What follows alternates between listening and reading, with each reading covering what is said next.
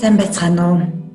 Би мөнгөний сэтгэлгээ 2019 оны оролцогч Болормоо байна.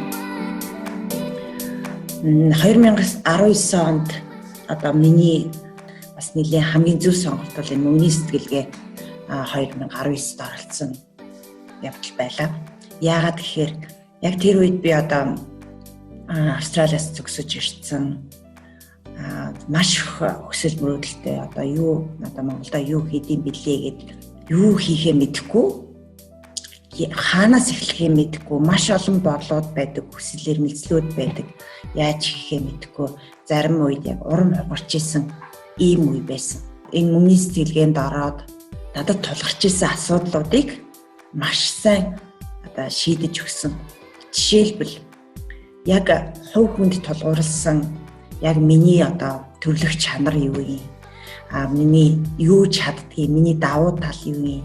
Ер нь цаашид би яг юу хүсэж байгаа, яг юу хийх гэж оролдоод байгаа гэдэг юмнуудыг өөртөөгөө ажиллах маш сайн маш гоё боломжийг тэр цаг хугацааг надад олгосон. Бид нар ярьдаг шүү дээ. Бие засаад гэрээ засаад төрөө зас гэж. Бие засаагүй хүн 1000 аюулгүй том хүсэл мөрөөдөлтэй байгаа. Яаж ч чадахгүй төр засахын төрөө засахын төлөө санахын ч хэрэггүй. Яг энэ мөнгөний сэтгэлгээ маань өөрөө яг хувь хүнтэй ажилладаг. Өөрөөр хэлбэл маш шинжлэх ухааны үндэстэй Монгол хүний сэтгхүйд тохирсон аргачлал өөрөө өөрийгөө хайж олох, өөрийнхөө юу хүсэж мөрөөдөд байгаа, эсвэл тэр мөнгөнд хандж байгаа хандлага, амьдралд хандж байгаа хандлага, амьдралын утга учир энэ болгоныг маш сайн олгож өгдөг. Олон уйлуулсан, заримдаа гуйсан, заримдаа баярлуулсан ийм дасгалуудтай, өрмөц дасгалуудтай ийм хичээл байгаа. Тэгэхээр би яг намааг үзээ сууж байгаа хүмүүст юу гэж хэлэх вэ гэхээр чи ямар нэгэн байдлаар өөртөө итгэл чинь алдагдсан ч байт юм уу? Эсвэл ямар нэгэн өөрчлөлтийг хийх гээд хүсэж ирмэлзээд байгаа. Эсвэл гэр бүлийнхэнтэйгээ ам хэлээ олцохгүй байгаа. Эсвэл ажлынхаа газрын хүмүүстэй, эсвэл өсвөр насныхаа хүүхдтэй яаж харилцахаа мэдэхгүй байгаа хүмүүс, эсвэл ямар нэгэн шинэ бизнес, эсвэл бизнес аль хэзээний эрхэлсэн гэсэн мөртлөө тэрийгээ яаж өргөжүүлэхээ мэдэхгүй байгаа. Ямар нэгэн шинэ өөрчлөлтийг хүсээд байгаа хэн болгон энэ сургалтанд заавал суух ёстой сургалт гэж бодож байна. Ер нь хэлдэг шүү дээ. Ямар нэг юмыг юунд маш их тийм тодорхой жишээлбэл 5 жилийн дараа, 10 жилийн дараа би ер нь яг ямар хүн болох юм бэ? Зарим нэг маань айгуул айцтай байж магадгүй ирээдүйдээ. Би яг энэ чигээрээ байгаад байвал би ямар нэгэн юмнаас алдах гээд байна гэд өөртөө итгэл нь алдах гээд байгаа тийм нэг ямар нэгэн хөшөөрөг зайлшгүй шаардлагатай хүмүүс байх юм бол мөнгөний сэтгэлгээнд ороод өөрийгөө таниад өөртөөгөө ажиллаад ингэхээр бүр шал өөр болно. Би өөрөөр хэлбэл би яг энэ яг нэг жилийн өмнө 2019 оны энэ сургалтанд суугаад өнөөдөр 2020 оны 2 сар 3 сарын 1 болох гэж байна.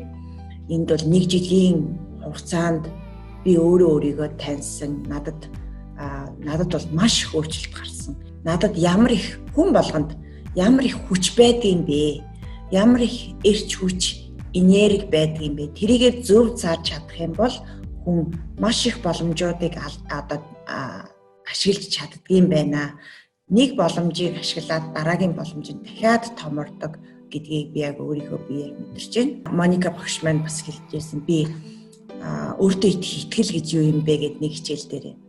Өөрийнхөө чадахгүйгээ мэддэг, юу гэж чаддгаа мэддэг, юу чаддгүйгээ мэддэг тэр хүмүүсийг л өөртөө итгэлтэй хүн гэж хэлнэ гэж хэлжсэн. Яг өнөөдөр тийм бид нар төгс хүн гэж байхгүй, бүх хүн суралцж байгаа. Бүх хүн ямар нэгэн давуу тал байгаа, сул тал байгаа. Өөрөөр хэлбэл мөнгөний сэтгэлгээ энэ дасгалжуулалтын академиас гарч байгаа энэ сургалтууд бол дандаа чиний давуу чанарыг, чиний чадж байгаа юмыг илүү дөвийл гэж чамаар өөрөөр чинь харуулдаг. Сул тал байх юм бол тэр сул тал дээр чинь ажиллаж яаж тэрийг одоо зөв заалж чадваржуулах вэ гэдгийг энэ сургалтууд бол байнга өгдөгөөр маш их онцлогтой байгаа. Цаг хугацаа гэдэг бол хөгшин залуу, нас хүйс харгалздаггүй биднэрт олгодог аяйгүй том боломж. Тэгэхээр өнөөдөр жилийн дараа болгочихё гэдэг ч юм уу ингээ хойшлуулах юм бол бид нар тэр хэмжээгээрээ цаг хугацаа боломжоо алдаад байна гэсэн. Цаг хугацаа биднэрт хизээч эргэж олдохгүй шүү дээ. Тийм учраас яг хэрвээ чи ямар нэгэн байдлаар энэ сургалтыг сонирхож байгаа бол заавал суух сургалтаа гэж би хэлмээр байна. Та бүхэнд ажил амьдралын амжилтыг хүсье. Баярлалаа.